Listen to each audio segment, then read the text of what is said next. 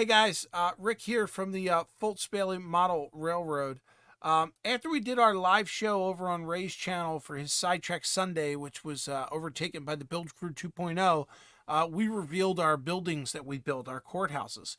And afterwards, I got a few questions from a couple different people of where I got my inspiration for my building and how I came about with the colors and the paint scheme and all that.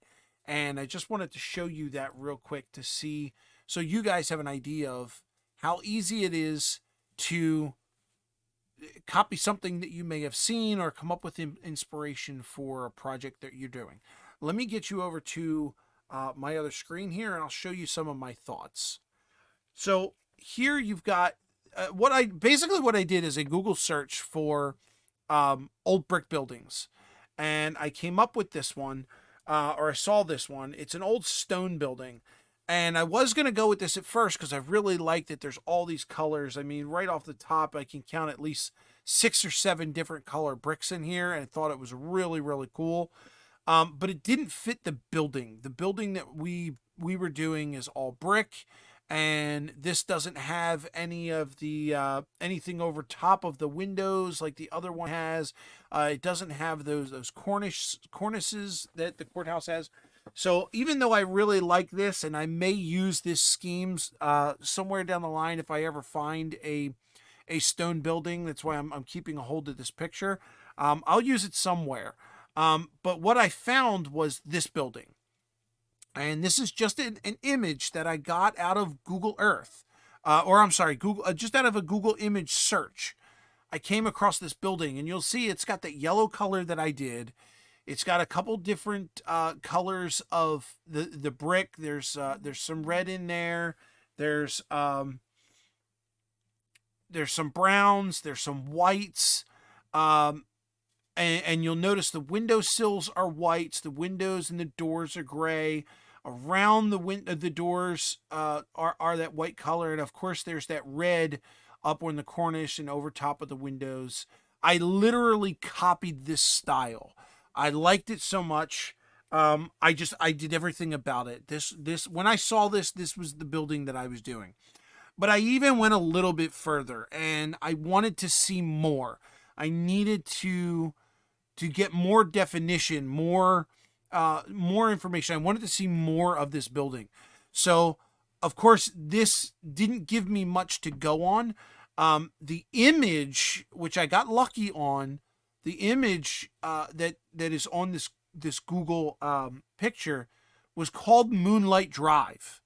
Now, if I take that name and I cross-reference that this car has a license plate on it that looks like something from Great Britain or the UK, that's what I started searching. And what I came up with was Google Maps.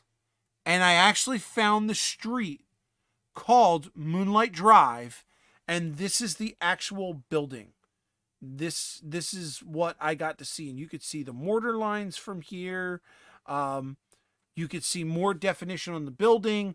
I can go down the street a little bit, and you'll actually notice that this building here, while it has the same concepts with the red and the white and the yellow bricks, you can see that this building here, which is the one I'm using, it's newer. The bricks are different. The ones over here in the old building are faded. So it's clearly that these buildings are new, and they copied the style from over here, which I thought was pretty cool. And being that I was going to make my building older, I started looking to this to see if there were any similarities that I wanted to use. So I just kind of traveled down the street, turned around, looked at the other side of the building, and look at all that white and all the dark trim around the windows. There's that red that's up there in the cornice area. And I thought this was really cool. And then I looked down the street, and here's a whole set of row homes or businesses that have that same effect, but you can see the bricks are a lot darker, and they have the white trim around the window. And I thought this was really, really neat, really set me into doing this style. But I still wanted to see more. So now I'm going down the other side of the street, and I'm traveling down here, And I got down into these homes, and if you look on this side of the street, you see a little bit of the same. There's that red in the middle there on this particular house. Well, what caught my attention was on the other side of the house, or the other side of the street, they did the reverse effect. Look at this, red bricks with the yellow trim and the white windows. I thought this was really cool, and you can really tell that this building's obviously newer. It's a lot cleaner. That or they cleaned the building, one or the other. But look at this older building here with the black bricks. Probably some soot from the fireplace could be.